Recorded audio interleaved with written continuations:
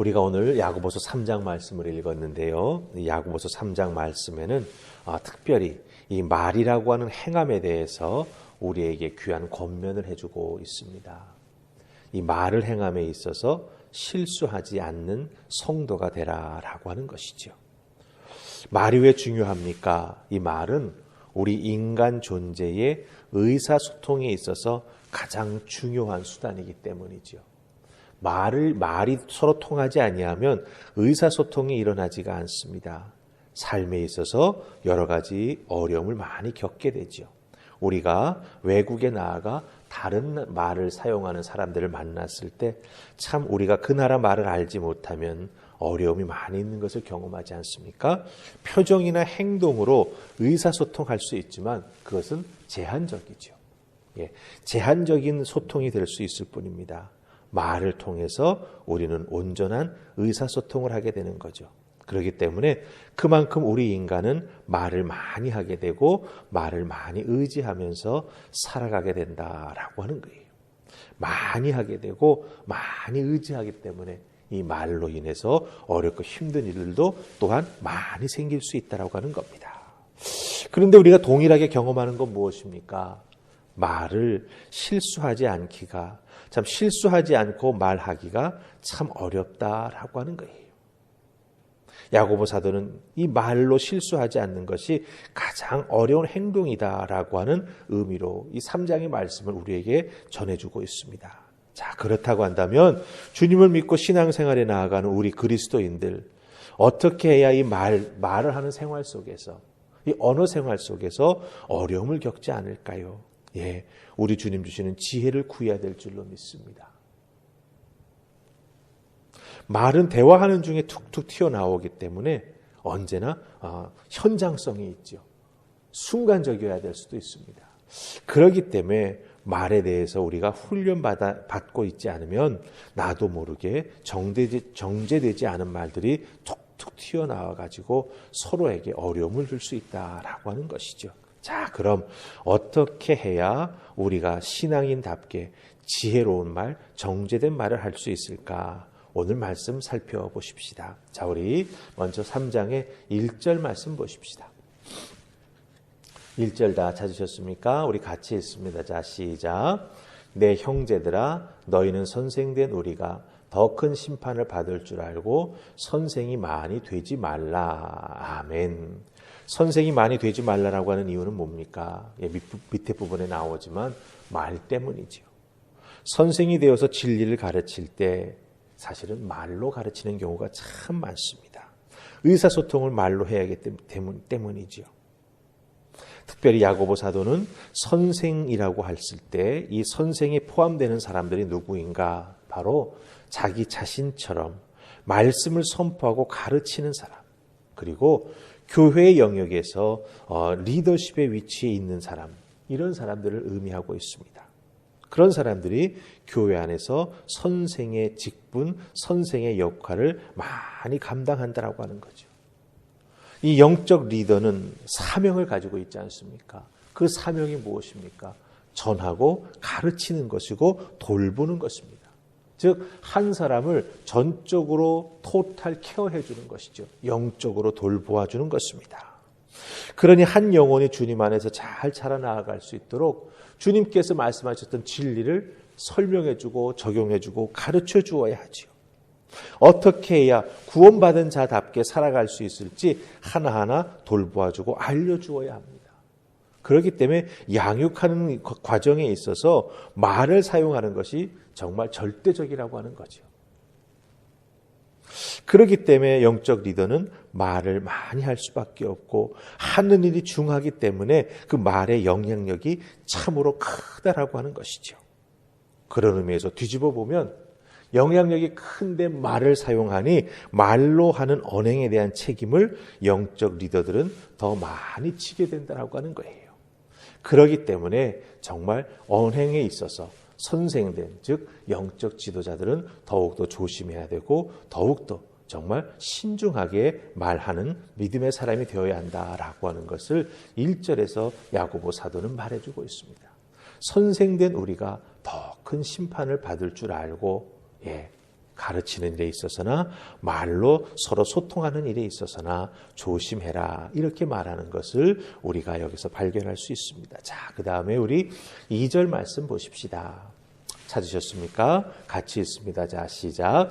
우리가 다 실수가 많으니 만일 말에 실수가 없는 자라면 곧 온전한 사람이라 능히 온 몸도 굴레 씌우리라. 아멘. 우리 모두가 말에 실수가 많이 있음을 스스로가 잘 알죠. 예. 그 실수의 결과가 근데 2절 말씀을 보면 온몸에 굴레를 씌울 수 있다. 이렇게 말합니다. 무엇을 의미합니까? 예, 나라고 하는 존재 전체에 이 말의 실수가 영향을 미친다라고 하는 거예요.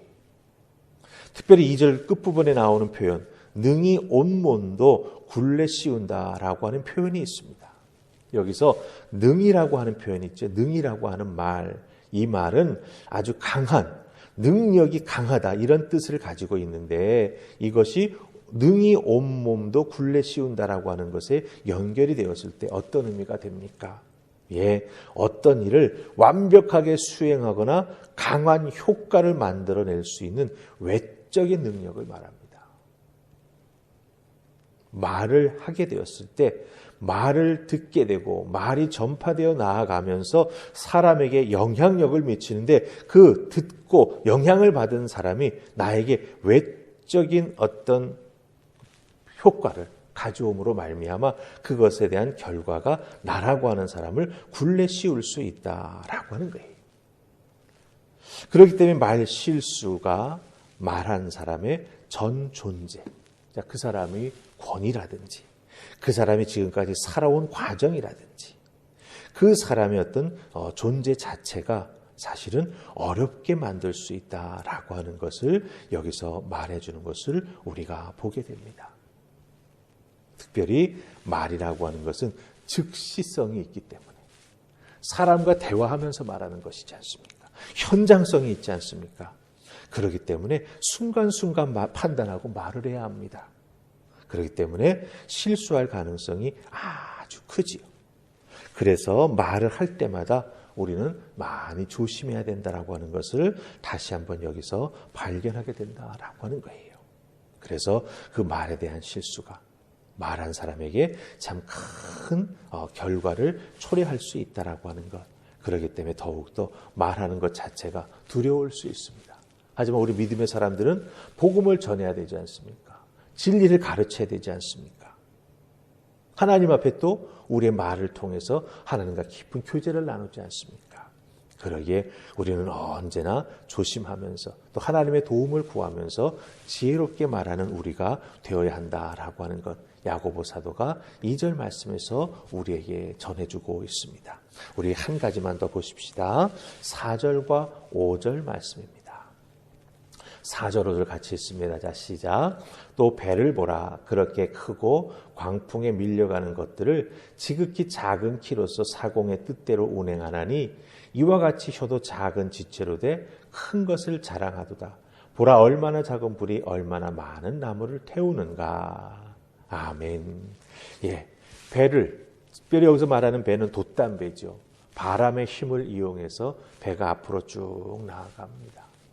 바람은 한번 불기 시작하면 배가 가는 방향하고 상관없이 자연의 원리에 따라서 바람이 불지 않습니까? 그런데 그것을 자기가 원하는 방향으로 나아갈 수 있도록 바람을 이용해서 배가 움직여야 하는데 가장 중요한 건 무엇입니까? 예, 키로서 배의 크기에 비해서 아주 작은 키로서 바람을 이용해서 원하는 방향으로 나아가게 만든다라고 하는 거예요. 바로 이 말의 힘이 그와 같다라고 하는 겁니다. 우리 작은 입에서 나오는 말이 그렇게 큰 것을 움직여 나아갈 수 있다라고 하는 거죠. 그러기에 긍정적인 결과를 많이 만들어낼 수 있습니다. 그런데 또한 6절에서 보면은 이 5절에서 보면 무엇을 말하고 있습니까? 작은 불이 붙게 되면 산을 홀라당 다 태울 수 있다라고 하는 거죠.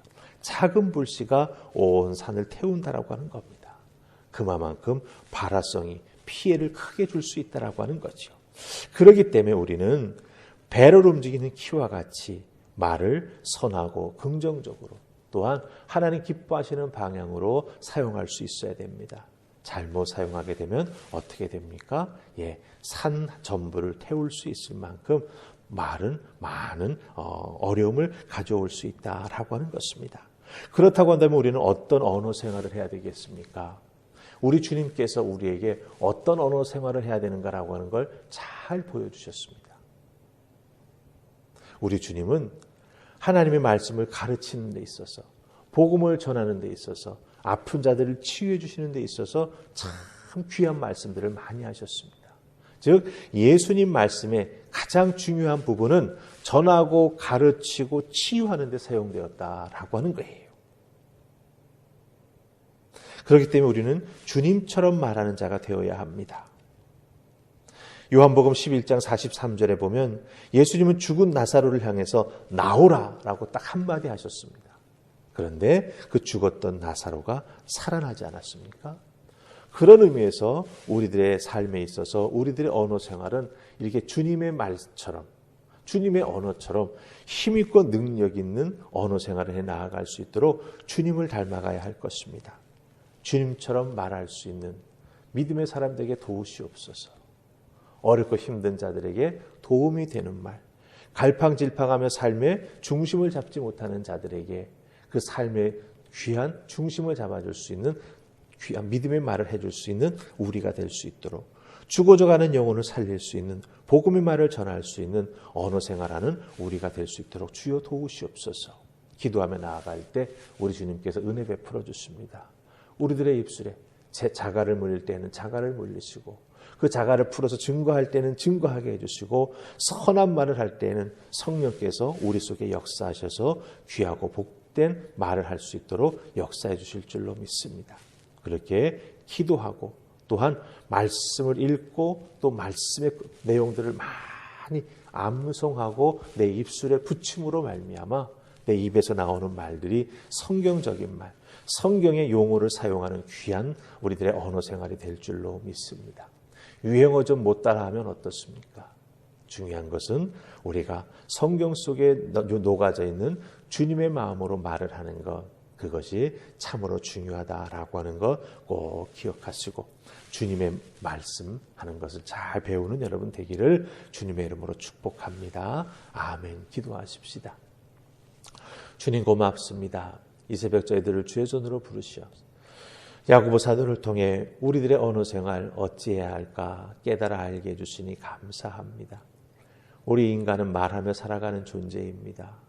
말하지 못하면 답답해하고 말하지 못하면 소통이 안 돼서 삶을 살아가는 관계가 많이 어려워질 수 있습니다. 그러기에 말할 때마다 오해가 생길 수 있는 가능성은 참 많이 있습니다.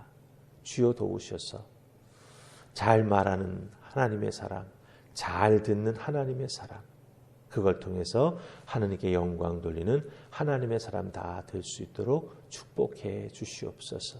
감사하고 예수님 이름으로 기도하옵나이다. 아멘.